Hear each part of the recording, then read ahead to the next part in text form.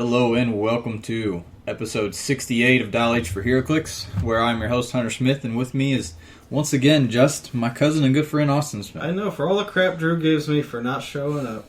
Well, this time it's not Drew's fault. This is, yeah. We talked about last week. We failed our resurrection. We talked about last week that we were going to switch up the schedule, and then Drew finds out that they're actually going to wait a few weeks before they do that, but we already had planned on doing it Tuesday night. Anyways, let me just tell you guys, I don't know when the podcast is going to come out over the next couple weeks, but I can guarantee you that you'll get an episode every week. It's like a surprise. You'll just wake up one morning and bam, we're right there in your face. Yeah. When you least expect it, that's when Dial H is going to pop up and update on your iPhone or whatever, however you listen.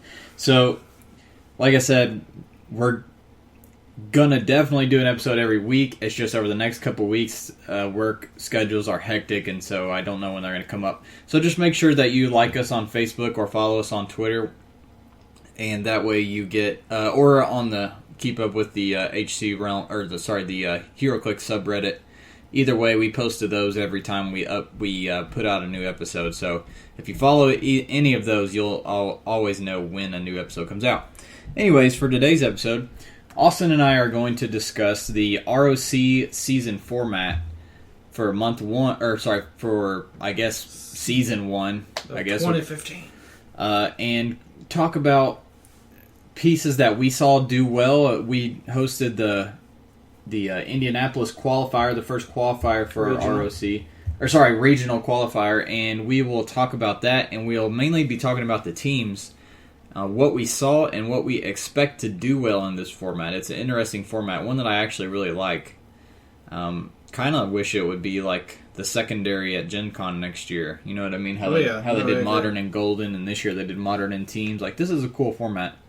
So we're going to talk about that, talk about the very few spoilers we have, and also get into some comics movie news, some Marvel news. I don't know what you're talking about.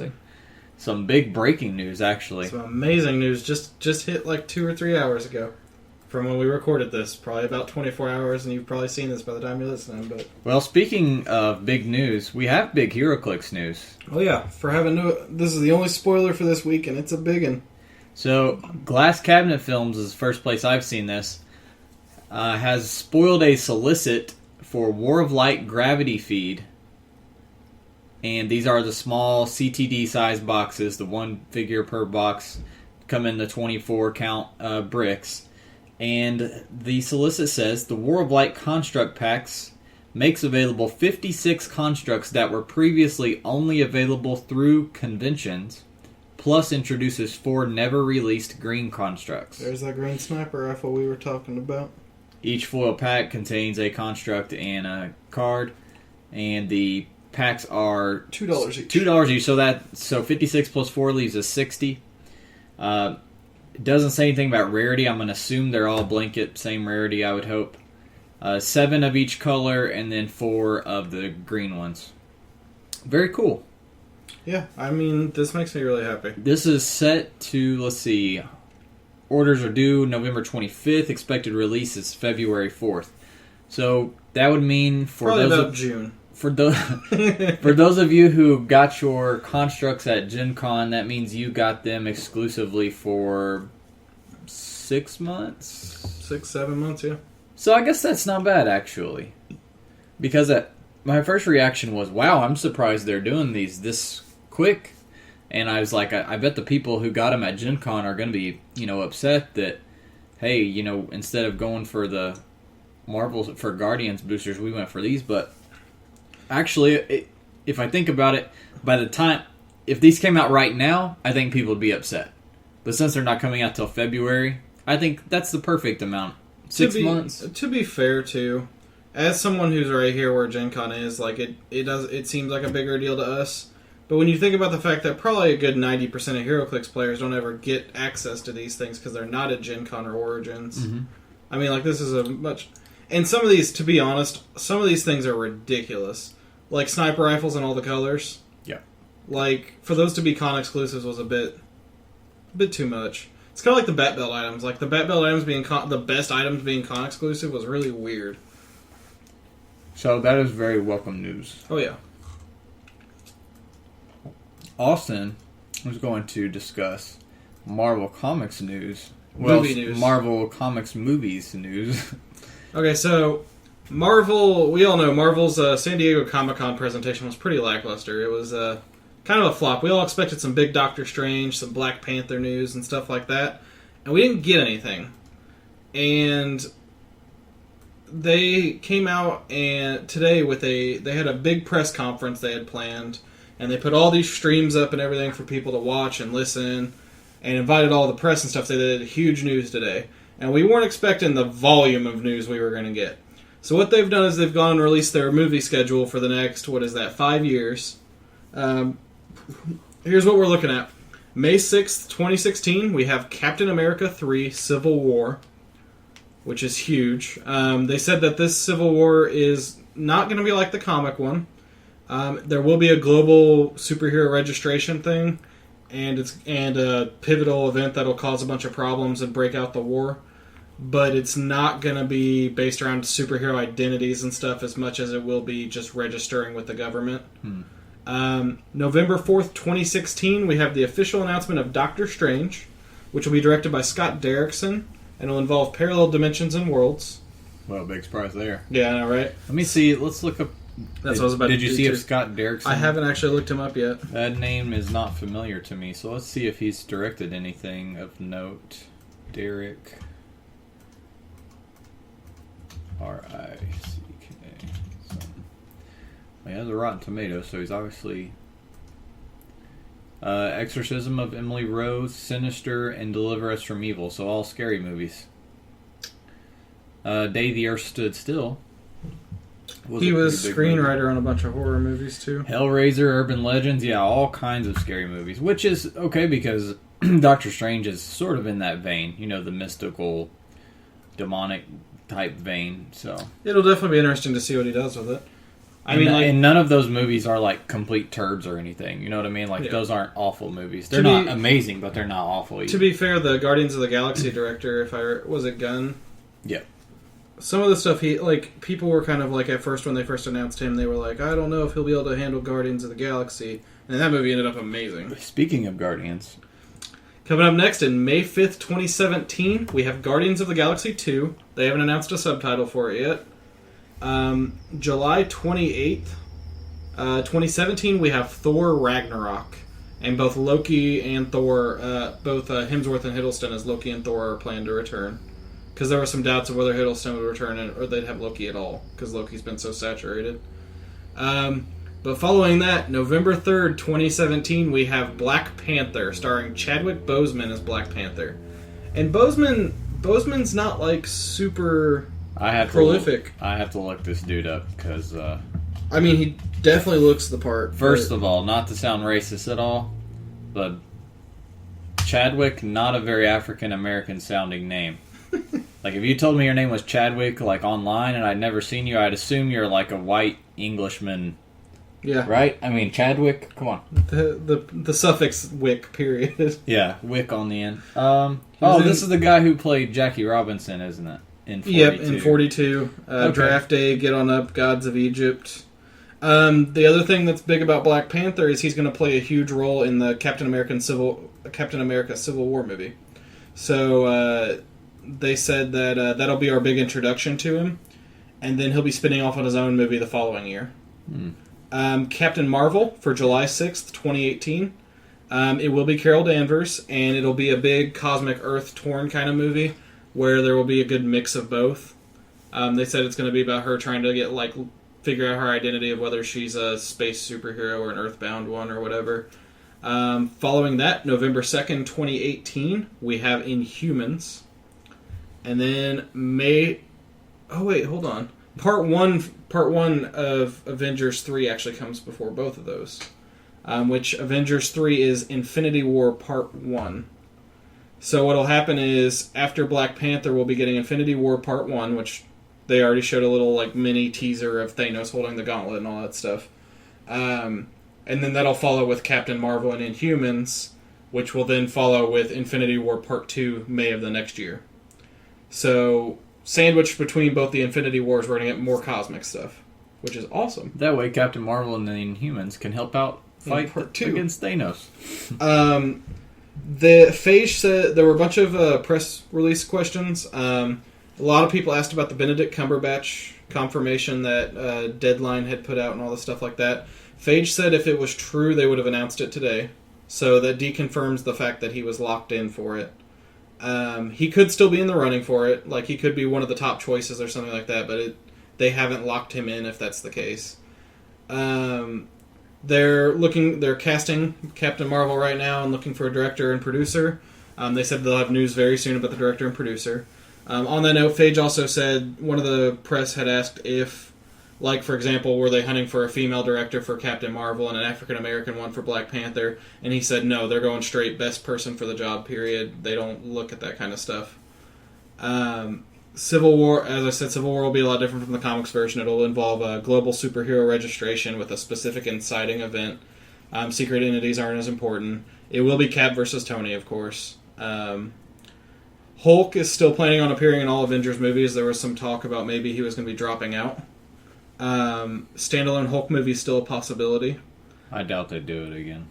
For a while at least, because they have not done well. They said they haven't found a good script for it, is their problem. Well, honestly, I really liked the one that Ed Norton was in. The very last Stan. I loved that. I just movie. rewatched that one a few months ago, and I actually liked it. A lot of people don't like it, though, for some reason. When asked about Spider-Man, because there were a lot of rumors circulating about Fox and Marvel having a deal going on with Spider-Man, Phage said the rumors are either not true at all or something's not ready to be announced yet. So he didn't flat out shut them down. So that was kind of interesting.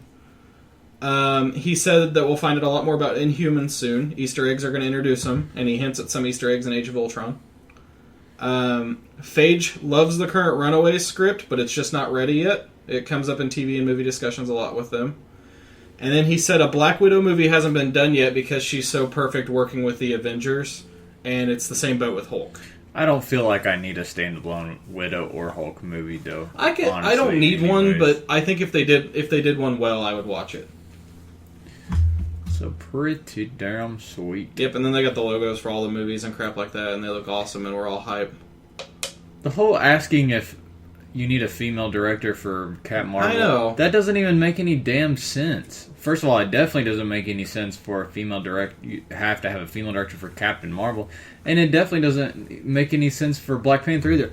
It's not like we're talking about a character who's like, okay, it's not Luke Cage. His race doesn't 100% define It's him. not Luke Cage, Yeah. who's like soul creation, not soul, but part of his whole creation and importance back when he was created was to have a strong African American character, and like he was, and then they commented about racism using him as the linchpin in the whole thing, like in comics all the time. Yeah. So that's like a strong African American history character. Black Panther has absolutely nothing to do with that. Yeah. They did say that there was a big Easter egg in the Age of Ultron trailer, and that would be Claw. Claw shows up in the Age of Ultron trailer. And I don't know if any of you guys haven't seen that trailer yet, but you need to go watch it because it was amazing. That's going to do it for news, as we said. Yep. Pretty light week. Let's kick into our main topic before we get into anything else. And so, for those of you unfamiliar with the ROC current format, this year they decided to go with seasons. And there's two different ones. The current one goes from September 2014 to March 2015. And the format is 300 points modern age, so same thing you're used to, except there's no tactics and no entity possession. And that also includes playing, if you play a full points entity and they die, you still can't possess. So absolutely no entity possession and no tactics. As of now, under current, Heroclix, WizKids rules, bystanders, horde tokens, and then actually bystanders of any kind, even if they come with a figure like Phantom X or Alyosha, Kraven, or something like that, cannot be used. Yet, Deadpool word bubbles and construct traits aren't considered tactics and can be used. So that's going to play. There's a lot of debate about that, but yeah. There's no point in us arguing over. Obviously, we think it should be all or none. Is my stance on it. If you're gonna consider the bystanders tactics, then you should also consider the constructs trait and the Deadpool word bubbles that.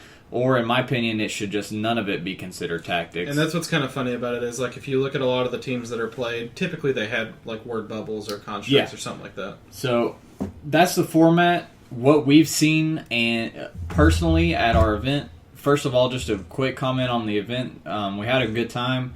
We had 23 people. Yeah, it was a pretty... It was lower than what we were expecting, but still, decent numbers. It was a great crew, though. Like, I mean, like, it was some of the friendliest guys, like, I've ever met. Like, when you think top-end Heroclix, you expect, like, everyone to be all cutthroat and calling each other on crap. No, everyone was pretty laid back. Everyone was very laid back, honestly. I didn't have any issues with anybody causing any trouble whatsoever.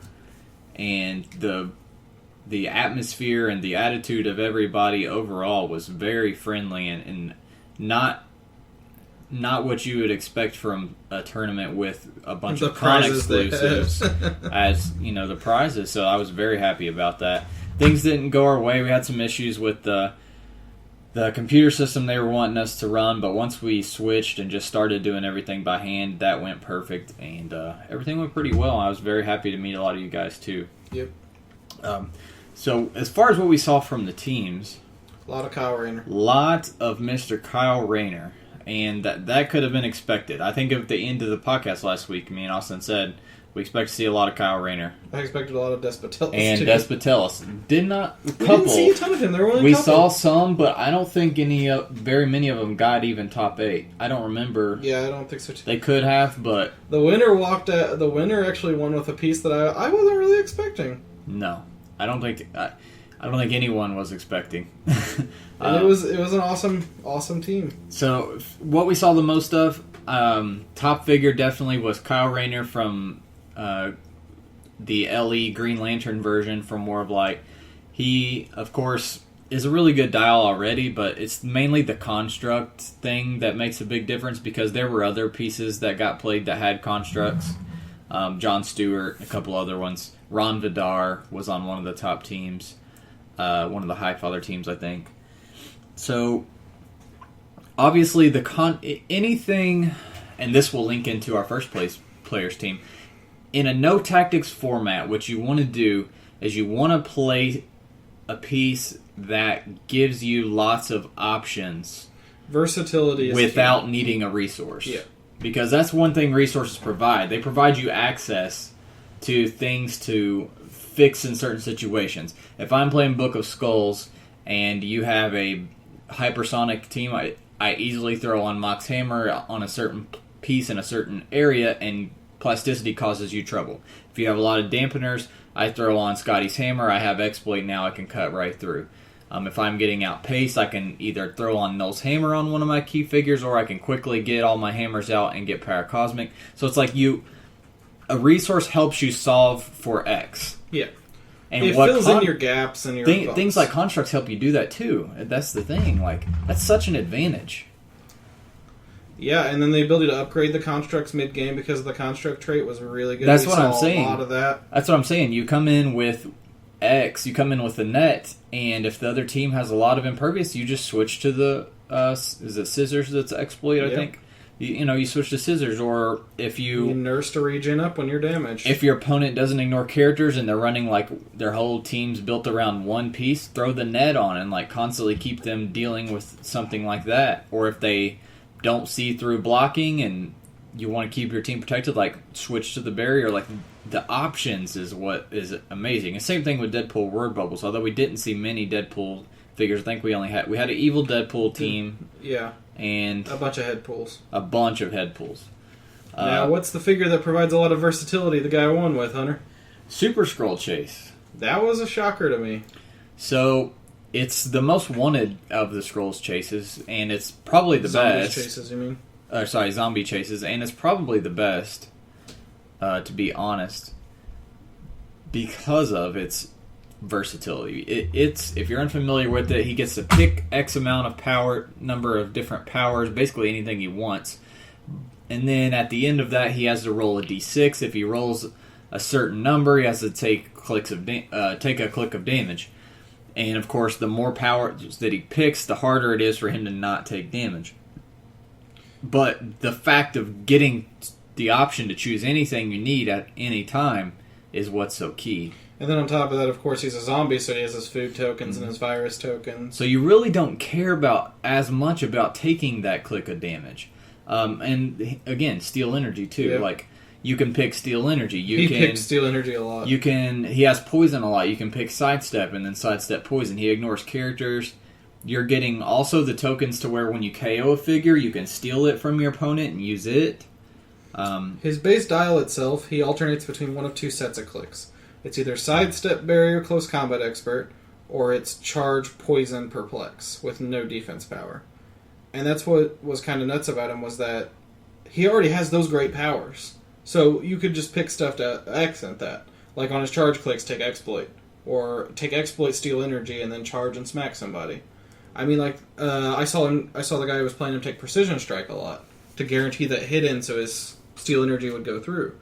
I mean, like, it was a really interesting team, and the matches were really fun to watch, actually, because you never knew what way it was going to swing all of a sudden. I was just reading Eric's I saw comment. Due to the number of people in the event, I decided it would be quicker to do by hand than trying to rework. I made this decision to not hold back. Okay, yeah, okay.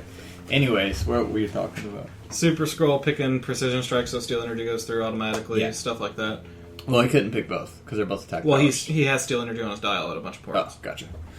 So it all circles back to the toolbox idea, the having different options, and the player also obviously played the figure a lot. I watched his last two matches. I was impressed. It was very obvious that he knew the dial back and forth. He knew what to pick in what situations. He knew what to do. The guys he came with were telling me that is a piece he plays nonstop. Yeah, and it paid off for him. But in general, another figure we saw a lot of was Proxima Midnight. Oh yeah, I forgot about that. Proxima helps with Bizarro matchups. She helps with. She's just a good all-around freaking really, really good figure. Anyway, she helps with Kyle Rayner with his stop-click issues because obviously, as guys know, he has 2 stop-clicks during his dial. Those stop-clicks are very, very good. The rest of his dial isn't bad, but for the point cost, most of those clicks are kind of bad. So really, he gets all of his efficiency from being on those stop clicks. So if you can manage to put a tracer on him, you can keep him off of those stop clicks and keep him through the mediocre parts of his dial. We saw most of the matchups that were Proxima versus Kyle. Proxima won out from what I saw. So she's not necessarily a straight-up hard counter, but she definitely is just a good piece that helps in that. It's funny because, like, had you told me we would see tentpole teams that weren't Bizarro or Resurrection Man or something like that, I wouldn't have believed you. Yeah. Well, and then we say all those Kyles. Did we see Bizarro? No, I don't. I think there was one Bizarro. There weren't many. There might. I didn't check every build sheet. 'Cause obviously, we had 5 people helping us. But from what I saw, I don't even remember seeing any Bizarros. So that's a big deal too. Yeah. I mean, although, like we said, Proxima would have really helped with that matchup. And it is no tactics, no possession. So, I mean, Bizarro doesn't have his healing, which is part of what makes him really annoying to kill, is that Anger's Hammer, that possession, or that... Like we said, we saw some Despotellus. He is very good in this format. Even though we didn't see him a whole lot, I would say you should still expect to have a way to deal with him. Yeah, it's hard to find a piece that's worth as many points. Like, the point value of him to what you get out of him is just absurd. Like I said, I think it was just coincidence that we didn't see him as much. I think he will continue to be played a whole lot in the format. And like I said, when you build your team, if he's not on your team, you need to have in the back of your head, how am I going to deal with him? So some things to think about whenever you build your team. How am I going to deal with Kyle Rayner? And because I can guarantee you, he's already been played a lot in the ROC so far, and he got played a ton at ours. So he's here for a while, that's for sure. Oh yeah, that's a piece to keep your eyes out. So keep in your head, how am I going to deal with Kyle Rayner? And then how am I going to deal with Despotellus? Because those are 2 pieces you're going to run into a lot. You know what piece actually I see the most on the list? Blind Owl. Blind Owl, yeah. I think Blind Owl was on the most teams out of any piece that showed up there. And for various reasons. The most obvious is to put a character on a second click if it's a character that, for some reason, is really good on their second click. The other reason is just if you have a team like Batarangs, for instance, that teleports on first turn with the Shatter Stars, you could use the... I meant to double check and make sure that would work. But you could at least use... Yeah, you could still use her Perplex to perp up your D and then tie up. I'm going to look up the wording on Blind Owl's Perplex just to double check. Yep, target a character in your starting area. It doesn't say it's. It doesn't say it has to stay. Like so, yeah. I mean, there's multiple uses for the most interesting and creative use we saw for her, which won't be able to be done again. But for now, we'll talk about it. Was Michael Crone's team? He played Hellspawn and Krampus. And if you're not familiar with Hellspawn, he has a power. I'm so happy this piece that lets him on his second click. He has a power that lets him switch places with the opponent. And his power reads, give Hellspawn a double power action, select an opposing character of lower point value. He's 200 points.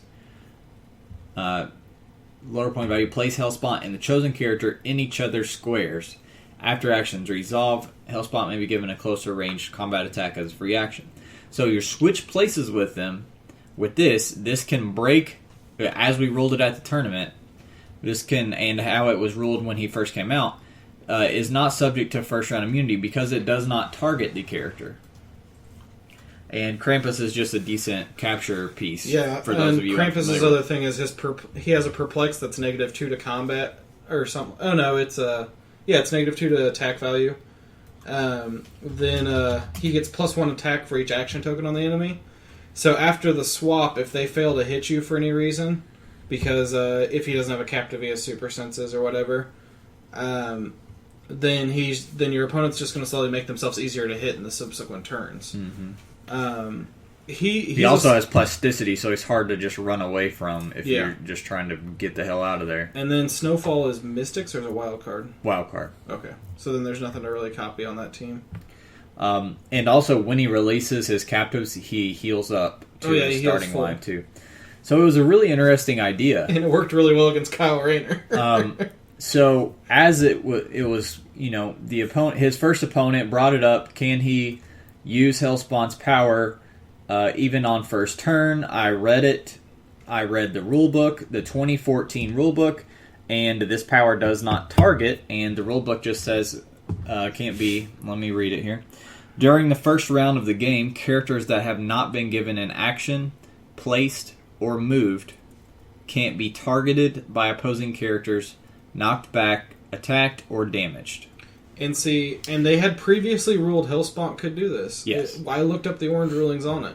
So for this tournament, that's exactly how I ruled it. That since this power does not say that he targets, and that's what the rulebook says, and that's what it's always said, as far as I can remember, then he could do it. However, somebody started a thread on it on the New Rules forums yesterday, so Sunday, the day after the tournament, and asked about this exact same thing. And the HC Realms rules, the Heroclix rules team says basically that same quote that I just read you out of the 2014 rulebook, except they changed targeted to can't be affected by. So the way they're wording it, during the first round of the game, characters that have not been given an action token, placed, or moved can't be affected by opposing characters knocked back, attacked, or damaged. So, I guess they're changing it on us. It'd be nice if they would have told us this ahead of time. Or if, they would have put out an actual FAQ update to the rules or something like that would have been great. But as far as the 2014 rulebook, the 2014 rulebook says something totally different from what they are quoting here on their website. But so I guess for now, if you want to do this, what was the guy's name again? Mike, wasn't it? Michael Crone. Unfortunately, that team is now illegal, I guess. But for this tournament, it was very, very creative and a good idea. It was great to watch, too. Had you ever told... We talked about this. Had you ever given me the list of the top 100 pieces I'd ever see in meta, Hellspawn would never have made that list. No. And if he would, he'd be like 98 or 99. Yeah, and Krampus probably was like way out there. Saw one Iron Pharaoh, and he ended up getting 5th place. So it's not like Iron Pharaoh dominated this format like a lot of people were afraid would happen. Yep. A big thing that hurts Iron Pharaoh is the map situation. Oh, yeah. Because not only... Well, I guess... You have equal map rolls for one. Exactly. So Pharaoh doesn't have a chance to get a map. So it's a lot harder for him to find a good barrier map. Yeah, and on top of that, it's easy. It's a 50-50 shot, and then there were people that were playing Pacific Ocean too, which flat out screws Iron Pharaoh because it means he can't barrier. Mm-hmm. Unless you play Sarah Rainmaker, which nobody Sarah Rainmaker. Nobody played our combo, but we'll keep our fingers crossed. That's okay. There was a ruling change on Iron Pharaoh that makes my team even better for tactics. What's that? You can pulse wave through him now. You've always been... No, Orange has ruled you couldn't before. Ever since I've seen it, he's always been... No, when he first landed, because I wanted to do that so bad with Gizmo. Anything else we saw a lot of? Just a couple Brother Voodoos. Not like anything else really was super prevalent. Honestly, that was it. So, one Highfather, he did well. He gave a lot of pieces some trouble in his matchups. I think he was the only... I thought there were 2 Highfathers. I know only one did well, but I thought there was another one too. I know that pretty sure Glenn's, the winner's team, the only team that he lost to was a Highfather team. The Super Skrull team. Let me read his little post here. Second round was Highfather. Yeah, he did. That was his only loss, was to a Highfather team. Yeah, there were 2 Highfather teams, because that one is a different one. Yeah. So, again, it's not like he really messed it up either. Really, to be honest, I mean, this was a diverse as hell. Yeah. I mean, I understand it's a small sample size at 23 compared to what you'd expect out of a regional, but... Well, even the top 8 the top 8 was completely diverse. It's pretty diverse. I mean, we have Kyle in there 3 times. We have Kyle on there 3 times out of 8. That, again, he's the most played figure, so we're going to expect that. We have Proxima on there. But even the Kyle teams were all pretty different. Like, Kyle Bruce Wayne Prime is one of them. Like, who expected Bruce Wayne Prime? Kyle Brother Voodoo, Kyle Cerise, so they're all, pretty different. Yeah. Then the Hellspawn Krampus team is up there. Iron Pharaoh is 1. Highfather's 1. Proxima Midnight is on there a couple times. There were a couple that Captain Marvel Prime. Yeah. Which is, I don't know if... We never talked about him. I don't think we have. Remember him. I think I talked about it on the Quarry a long time ago, how he is really freaking good. I actually don't know what he does. He's just stupid good for his points, mainly. I mean, is he the new Cerise? He has Psychic... Yeah, he is a Prime, too. He kind of does fit that boat. This new icon for HC Realms is jacking up my brain. I know. He has Psychic Blast, Energy Explosion with really good values and a cheap point cost. 82 points. With 2 18s. Running Shot. I'm pretty sure we talked about him. No, I don't remember talking about him. Running Shot, 11 attack with Energy Explosion, Incap, Psychic Blast. And when he hit characters can't make attack. So he's a better version of Amethyst, basically. That's why. And that's what makes him a good teammate for Highfather. And defend with an 18 for an 82-point figure? Mm-hmm. He's nuts. And then friendly characters without the Kree keyword get put. This is retarded. I'm telling you. No, I don't. He's really stupid. We did not talk about this feature. Really good. I would have flipped out. He's really good with Highfather because they can't break the pact, and so you have Captain Marvel go after the other people, hit them, and then they can't return fire because they can't make attacks. Really, the only thing he's missing is willpower, but if he had willpower. The player that I saw using him was just using Highfather support and healing Captain Marvel back up after every time he pushed. And I mean, it's not like his values change between his first and second. And not only that, remember, when Highfather heals you, he buffs you. Yep. On top of it, so... that was a really good team, too. I think we'll see a lot more of that piece. There's no way we won't. Well, he'll be in the regular meta, too. Yeah. He's really, really good. So, I mean, like I said, very diverse. I'm very happy with the results. I think some things to round back around to the whole helping you build for the format.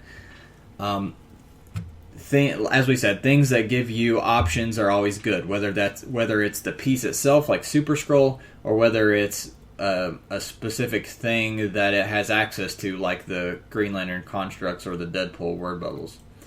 Another thing you want, from what I've seen, I mean, most of these teams are fast. They have TK, or they have, like the double Shatterstar teams, like instantly teleports the whole team to your side of the map. Or you have characters like Proxima that puts a clock on the enemy. Or the Krampus, obviously that can't be done now, but, a lot of these teams are quick. Even the Super Skrull team, Bruce Wayne was TK and Super Skrull out, and Super Skrull is just going, he has Hypersonic, and he's just going after it. There was some talk, though, because people were saying that his team has Hellspawn, but there have been Krampus teams at other events that didn't use Hellspawn. So, I mean, there's probably other stuff in the meta that could do this. And even then, Hellspawn waiting a turn to do it isn't necessarily a bad thing. Because your enemy, I mean... It's not like they can do much about it. I mean, at worst, Shatterstar can teleport next to you on some teams, and that's about as close as you're going to get to them hitting you. Yeah. And even then, I'm sure you'll find a way. As Austin said, just because it nerfs it that he can't do it first turn doesn't make it totally moot. Yeah. Especially if you can find a map that hurts TK. Oh, yeah. Because, like that Teen Titans one with all the 3 different multiple levels and you can't really see down, there's gonna be a way that this team is still viable. It might not be as good, but it's still viable. I honestly think the team has some potential in resources, even. So I would say right now it's looking like things are quick. So I would build a team that's really focused. You don't have a whole lot of time to jack around, especially with Blind Owl now, because she can if you do have one of those pieces that wants to push, she just instantly pushes you. And that's the reason we see a lot of, if you see any of the characters with constructs, they also have wall. Almost every one of them came with wall on the figure. It's because you need that energy shield turn 1, because it helps negate your opponent's rush. The wall is the... is it barrier? Yeah. Okay, never mind, sorry. Wall. I was thinking shield. Well, the good thing about starting with the wall is it's one of the more expensive ones. So it's easier to swap. Then when you swap, you swap down, and then it's faster. Oh, and it's free action barrier. Okay. Yeah, free action to place 2 squares of blocking terrain, which is exceptionally good for 10 points. Oh, yeah. But whenever you use the trait, if you're switching to a cheaper construct, which pretty much every other one is cheaper than 10 points, it's a free action. Then it's a free action, so you can do it a lot easier than you otherwise would be able to. Yeah, sorry, I was thinking shield for some reason, because shield would be a good choice too, honestly. I mean, energy shield first turn, it keeps people from running halfway across the map and shooting you with TK and all that stuff. And I think the shield is 8 points. Yeah, I think it's 8. Yeah, so again, like Austin's saying, if they see through blocking, then you can free action swap down to the shield, and then at least you'll have +2 on your attack. So some things to look for. A way to deal with Despotellus, so some way to get your attack up. We saw teams use police motorcycle to help with hitting things. In this format where there's no resources, anything that you can get access to that works with your team that helps +1 or -1, so perplexes, police, Hydra, things of that nature, anything smoke cloud to hurt the opponent's attacks when they go to make an attack. All these little -1, -2s really hurt a lot in a no tactics format, way more than they do in a resource format. And on that same page, guaranteed damage. Outwits to get rid of defense when you have poison, of course, is always huge. Anyone with penetrating poison. There's a lot of psychic blasts. Yeah, a lot of penetrating damage. We saw a bit of energy explosion actually.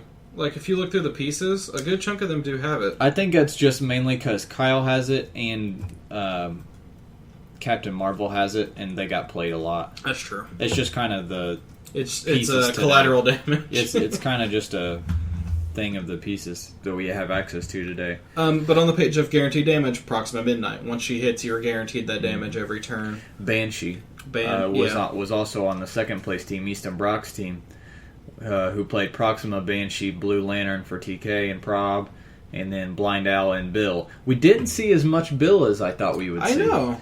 And Bill Proxima is a good team right there. Yeah. And that's what I was about to say is, on that page, things that let you shoot through barrier. You know what could be really good actually would be, instead of Banshee, to run somebody with the wall and keep your guys protected while Bill and Proxima shoot through the... Or, keep the barrier up. Some sort of a Sarah Rainmaker on Pacific Ocean.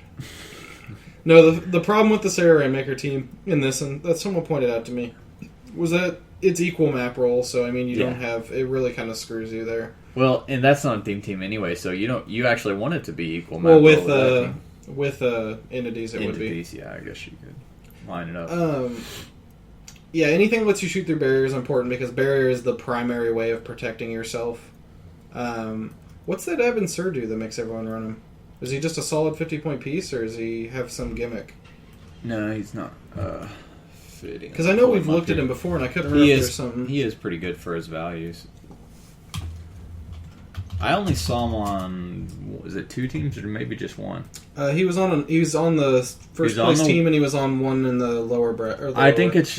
In my opinion, I think it's just because he's the cheapest access to the constructs. He's only 50 points, and then he's 60. Oh yeah, that's a 50-point free barrier. That's all. What's his trait? Every time they use a prob to reroll an attack targeting him. Okay, so never mind. That's not. It's just he's the cheapest way to get that toolbox on your team. 60 points if you start him with the wall, which you should, and then you have your swap downs from there. Yeah, that's pretty much it. The only issue is he is a prime, and so he's going to take up the prime slot and keep you from playing Banshee or Cerise or some of the other Brother Voodoo or some of the other really good primes. Banshee's not a prime. Or no, I'm sorry, not Banshee.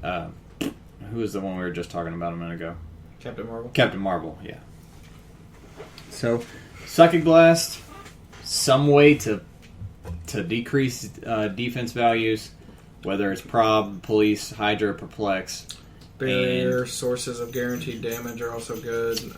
From there, just keep in your mind, like, how am I going to deal with X, Y, and Z? And the X, Y, and Z, for now, my predictions would be Kyle. Always need to have a backup plan for Highfather. And Despotellis. Those would be the 3. Yeah, because nothing's as disappointing as having this amazing team idea, and then finding out that as soon as you sit across the table from Highfather, there's no way you can win. Yeah. And a couple people found themselves in that position. And that's the point of playing Highfather. Honestly, otherwise he's pretty overcosted, to be totally honest. No. He's not the... Even without them nerfing him, he's not the ridiculous monster that people try to initially thought he would be. Or some narrow-minded people were saying he was going to be. He's great for his points. He's great for the meta because he creates that whole... that he makes you think about your team builder, and that's a good thing. I'm wondering if the expectation of Highfathers would stop Bizarro. Well, and what do we see now that he's out, now that he exists in the game, even after nerf? What have we seen our teams? We've seen our teams move to this format. We've seen them move to more like Easton's team with 100-point Proxima, 98-point Banshee, 50-point Blue Lantern. Yeah. Like, the way that teams really... It's 4 or 5 solid figures. The way they should be, to be totally honest. Because, as we said, Glenn's, the Super Skrull teams, his only loss was to Highfather. And if he would have ran into another Highfather team, he probably would have lost again. Well, what he mentions in otherwise on his team is just Abin and a 50-point Bruce Wayne who can't attack. He's a perplexer and a TKer. Abin can help you break the pact, but other than that, Super Skrull's gonna... we got Secret Passage Bruce Wayne in number 1 spot. You're putting 170 points into one figure. That's going to really hurt you against Highfather. Yeah. So it helps balance everything out. As I said, I'm just happy. This is a very diverse meta. From this sample, at least. And from what we've seen from the other, there's only a couple, but this is pretty much the norm. We see a lot of Kyle, some Proxima in there too, and a lot of Despotellis. So those are the key things to think about when you build your team. How are you going to deal with them? Once again, it's not like back in the day, people want to complain about the current meta with entities and all that. No Tactics is a great way to not have to deal with that and just to try out no resources, stuff like that. And as you said, I would like to see No Tactics, No Possession become a thing at Gen Con next year. I would personally like to see possessions be considered tactics as well. But we've talked about that. We've beat that horse dead. Yeah. Moving into community. Dial design is up. It is due not till Saturday, so you guys have plenty of time if you want to join in. This week I'm going to kind of do some different things. I have some different things planned, but the assignment this week is actually Bible clicks. And this is inspired by last month us having some cool submissions. A newer designer came in, almost won, and he had a really cool David dial and a really cool Goliath dial. And then we all got talking about Bible clicks in the thread. And so we decided to do Bible clicks for week 1. And I feel like it's fair because even if you don't have much knowledge of the Bible, there's some interesting characters. How many characters in the Bible? Like infinite, right? And then also there's tons of websites you could go to and get like character summaries on any character from the Bible and like get an idea on what dial to do. This makes me really want like a Greek mythology month too. So that'd be fun. You'll see a little theme I think I'm gonna go towards with November style designs. So that's up. It's still up until Saturday, and this is the first week. So if you guys haven't jump in and get your scores in so that you can have a chance at winning for November. Best build we gave out last week. You'll basically just have, over the next few days, you'll have about a week, if that, to submit these to us. So if you're unfamiliar with Best Build, this is how it works. I give you a build format, and you turn in a team on Gmail at dialh4heroclix@gmail.com. That's it. You just give us a team. How would you play it? What map would you use? Some suggestions.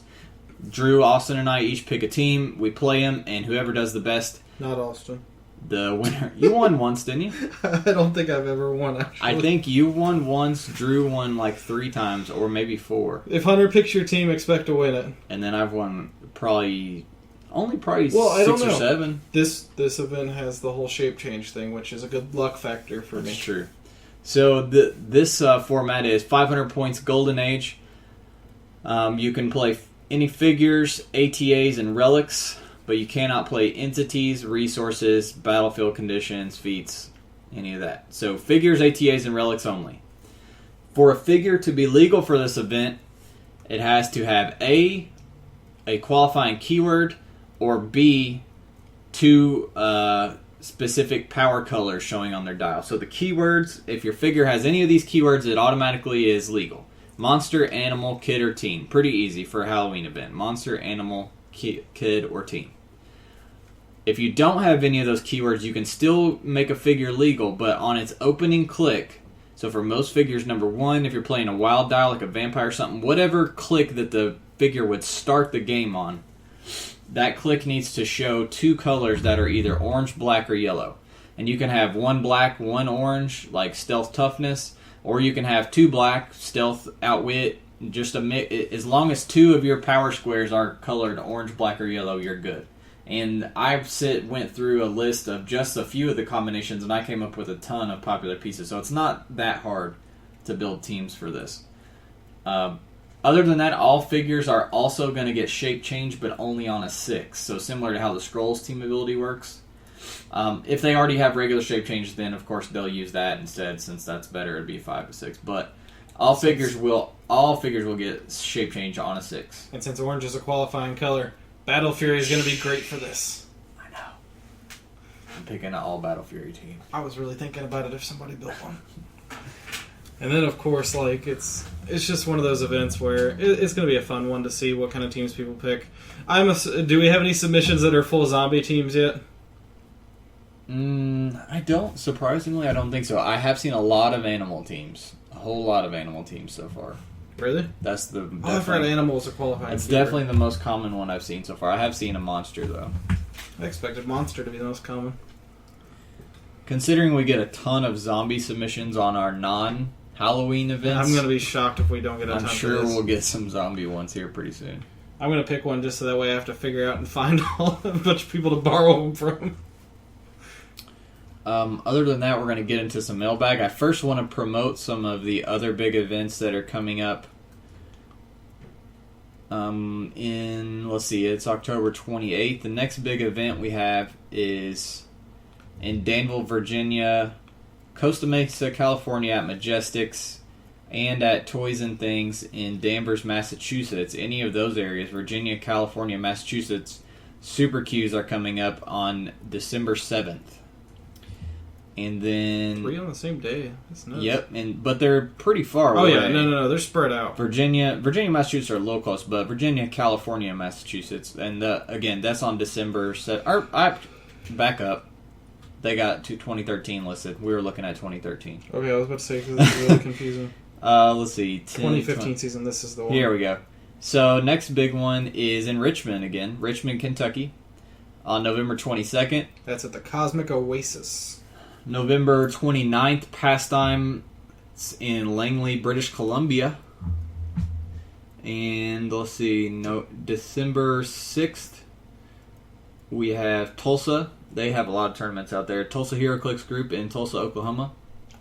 And that'll do it for the rest of this year for Super Q. So just 3 Super Qs left, and then no regionals, as far as I can see, for the rest of this year, calendar year. And then there's a whole lot starting in January.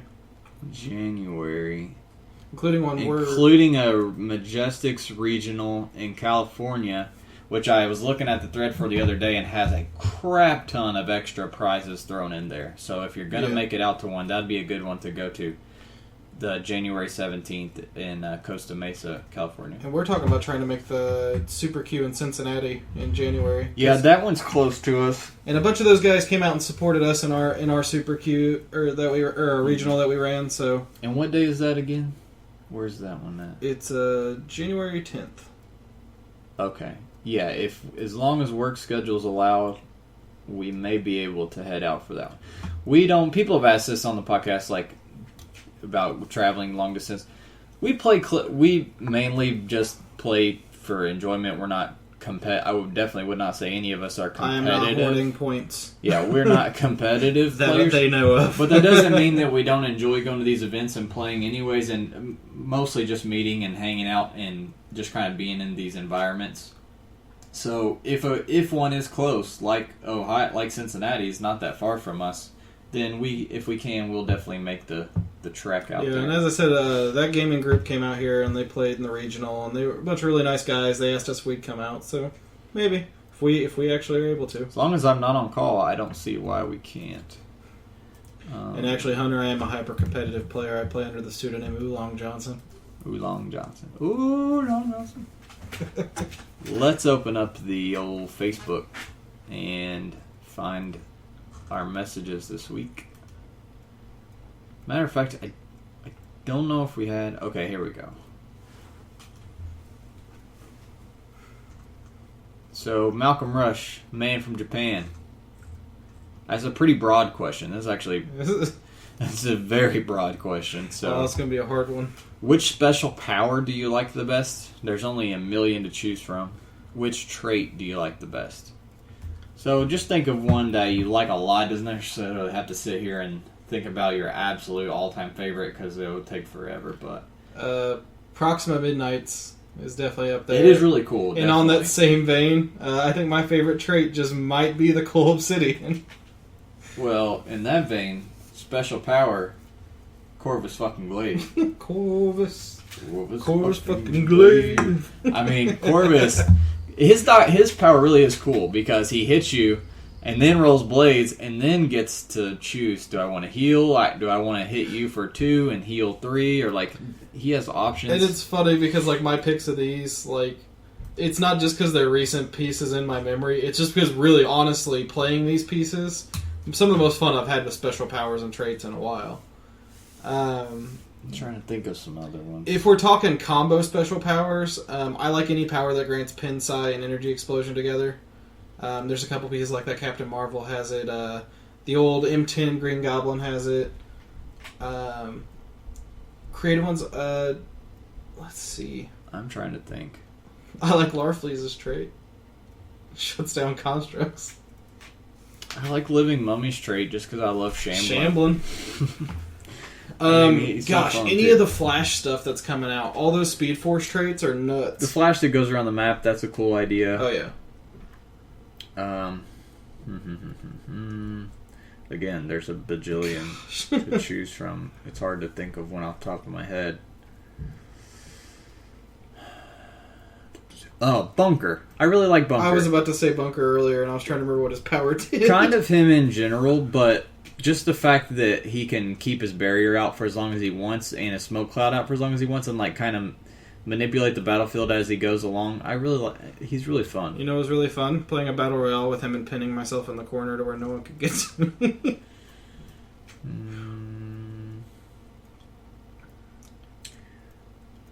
I don't know other than that. There's just so I feel many. like there's a Lord of the Rings or a Mage Knight type person that I'm forgetting that I really like. I'm gonna have to. It wouldn't be any of the Return of the King guys. Maybe some of that, what's that skeleton guy you like so much? I like Skeleton Skullwalker a lot. I like my favorite is Shift Ravager. That's it, sorry. But he doesn't have anything that really, like, separates him or anything. Let me flip through here. There's the Mage Knight Orc guy who can, basically... His epic is like however many actions tokens you have, you take a let me find him. Khan Bone Spike, I think, is the one I'm thinking of. Yeah. Give him an epic action, choose up to one opposing character mark with an action token for each 200 points, and then deal each of the chosen characters damage. Like, he kind of makes you come to him because he can sit there and do that, and then he has a cool trait too. He can charge when an adjacent opposing character is KO'd. It doesn't have to be him that does it. Just when an adjacent opposing character is KO'd, he can use charge for free and can use exploit as well. So yeah, really pretty weird. sick. I can't wait till they print another character that can do something like that unlimited. Like you know what else was really cool? Validus's trait. Validus is the whole really cool. Move and then Pulse Wave for free. Speaking on the note of that Khan Bone Spike thing, though, what's his name from Superman? The one who can charge, kill somebody, and then charge and kill somebody else. Why can't I remember his name? He's from Kingdom Come. Well, Magog. Magog. Yeah, he is fun too. That question's so broad. I know. Let's see what else we got. I think there's another one from Facebook. Ruben William Torres. Oh, he was asking suggestions on the Sinister team. So we don't have to read that one. Chad Van Horn asked if Shriek's special movement ability would shut down Pulse Wave. And so let's read Shriek, because I don't think we talked a whole lot about Shriek on the podcast before. And I do really like this figure. I do actually have a team coming up that I'm going to be trying it out on. If anybody turns in for best build, I might try it too. She does have the monster keyword. So her movement power, characters within range that do not have the maximum carnage keyword possess Battle Fury. Shriek can use mind control, and when she does, she can blah blah blah blah blah. So this is where the Battle Fury is coming from. Characters within her range, which is 6, that don't have the maximum carnage keyword, which they probably don't because there's only like 4 of them created, possess Battle Fury. Okay, so his question is, would that shut down Pulse Wave? The answer is yes, unless you could legally target her with that Pulse Wave. Really? Yes, and this is the same way with Unspoken. If you can use Pulse Wave against her, then by the time that the actual attack happens, you're already ignoring her power. See, I didn't think you could draw the ranged line of fire because you didn't have Pulse Wave, or you didn't have... Battle Fury doesn't keep you from drawing line of fire. Because otherwise you wouldn't be able to outwit, you wouldn't be able to perplex, you wouldn't be able to do anything. But then you can't make ranged attacks. Well, the way that Pulse Wave is worded is it happens in steps. Gotcha. And let me pull it, my PAC, since I happen to have it right here. Pulse Wave happens in steps, and that's the best way to understand how this works. So the first step is give it a ranged combat action even if it's adjacent to opposing character. The area of effect for this attack is half the character's range.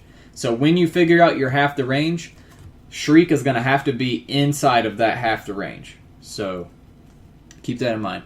Draw lines of fire to all other characters. Again, Battle Fury doesn't keep you from drawing lines of fire, like we just said. Otherwise, you wouldn't be able to outwit or perplex. So you draw lines of fire to all other characters within the area of effect. Blah, blah, blah. These lines of fire ignore all game effects except for walls, blocking, and elevate. So At this point, step 2, when you draw the lines of fire, you're now ignoring her Battle Fury. And step 3 is when you go to make the close combat or the range combat attack. Gotcha. So by the time that you get to the attack step, her power is already being ignored. See, now she herself cannot use if an effect. She wouldn't, obviously, because she does have the maximum carnage keyword. But in the event of like unspoken or certain things, if everybody had, if you're the character that's wanting to pulse wave is the way that you're getting Battle Fury, then you couldn't do it. Yeah. See, what threw me off was I thought Battle Fury couldn't make ranged combat actions, but it's actually attacks. Yeah. Because if you couldn't make ranged combat actions, then you couldn't declare pulse wave. And that's why it works, because you declare it. You start the action, you draw lines of fire, and ignore. Then at this point you're ignoring the Battle Fury, and now you go to make the attack. So it's the same case with Atrocitus, isn't it? Yeah. Okay. Yep. So the answer is she would shut it down unless she is inside the pulse wave range and can have. Will you let her out? Take the fucking collar off. She's gonna drive me nuts. Aye. So thanks, Chad, for that question, because that is something that is an interesting. Is always good to bring up on the podcast. I'm pretty sure pulse wave ignores everything. Take the collar off. I'm pretty sure we had a. Torres Lewis was wanting some advice on building a team for his War of the Light on Indigo. Let's see. That's a little bit long. So for those of you guys who send us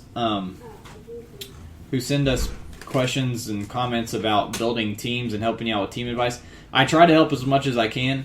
At this point, though, we get so many. I probably, on average, no joke, get 4 to 5 PMs, emails, messages on HC Realm's new message system a day.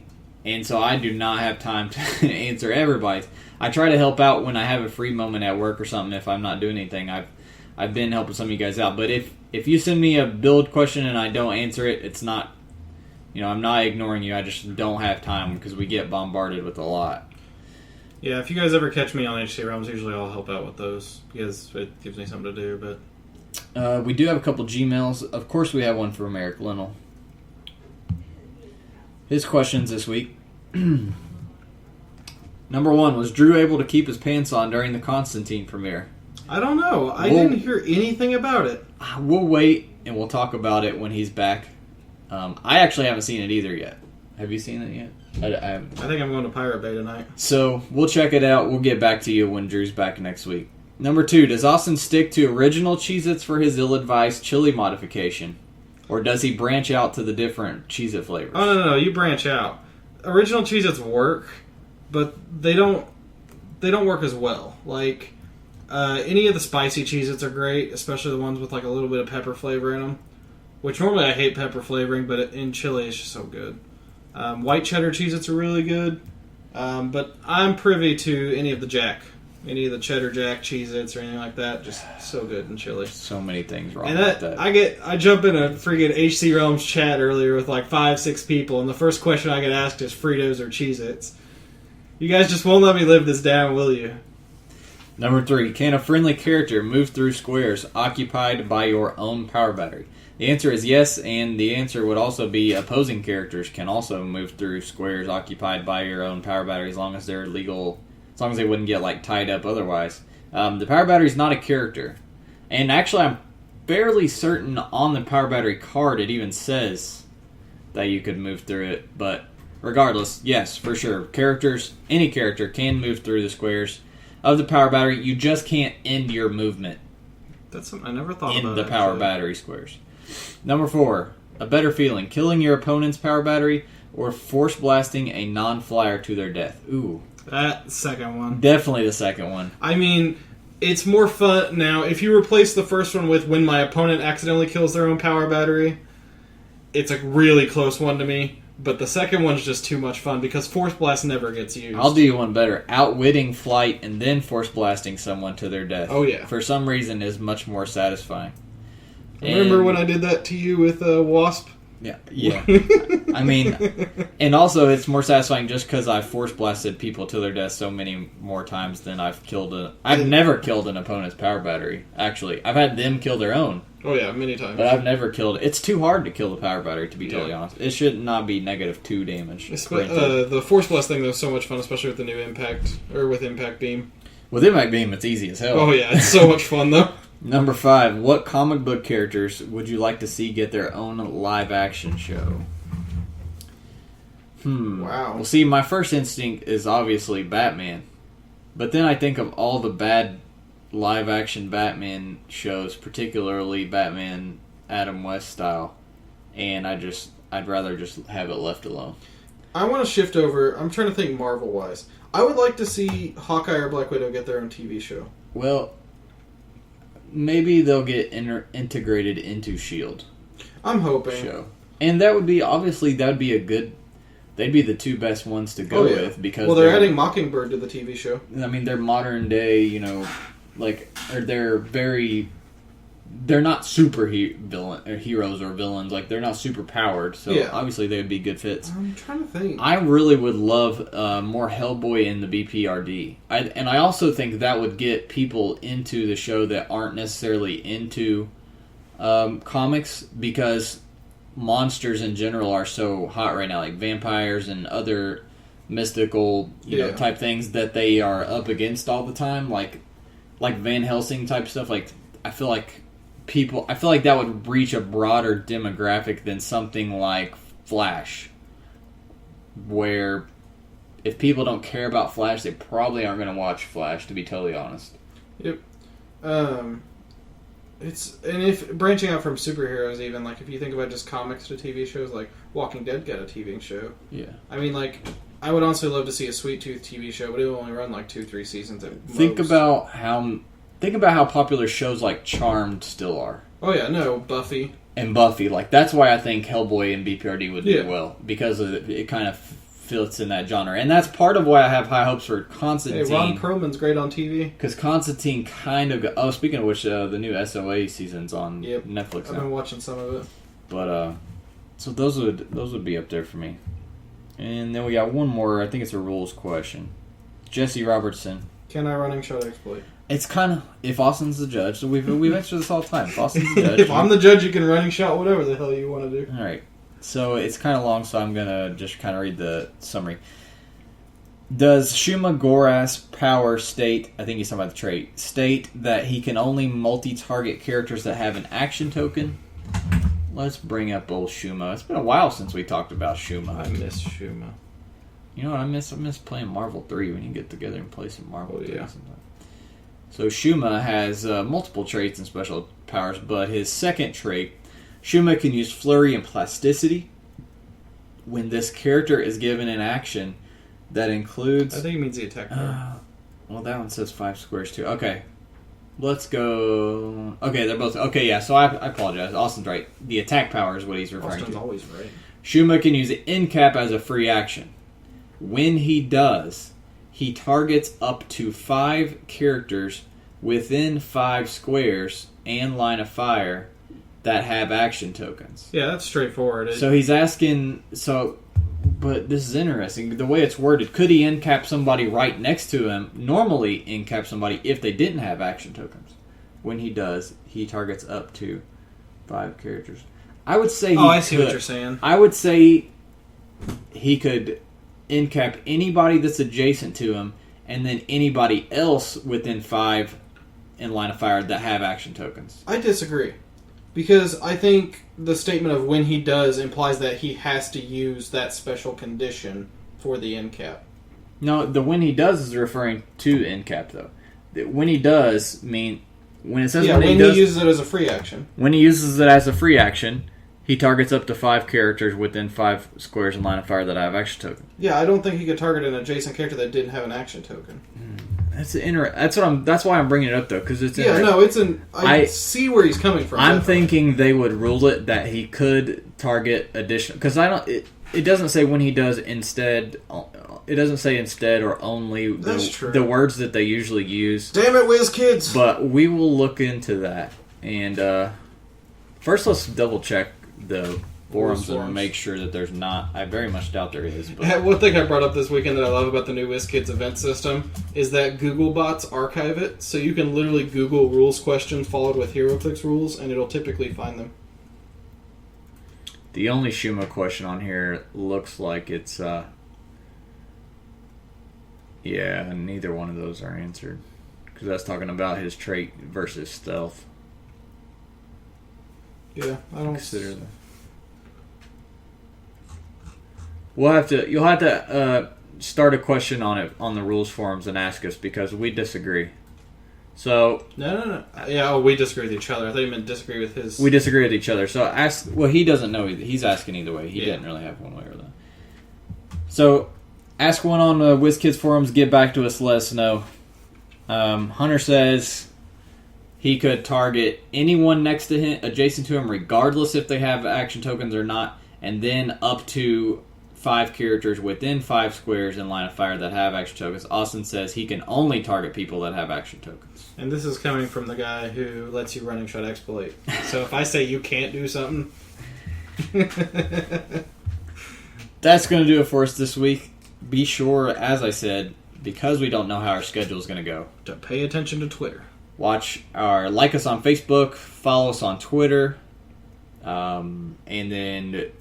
If you don't already, you should check out the Heroclix subreddit. It's a good place. A lot of cool guys there. Lots of fun weekly discussions. Mm-hmm. And they keep up on the news stuff really quickly too. Oh yeah, that's honestly, I pick up news. Most of my news when I repost it to our groups is straight from there because they post it faster than anybody. And the guys who are the mods there tend to do a really good job too. They seem to be nice guys. So show some love to the Heroclix subreddit. Until next time, this is Hunter Smith. And this is Austin Smith. Signing off.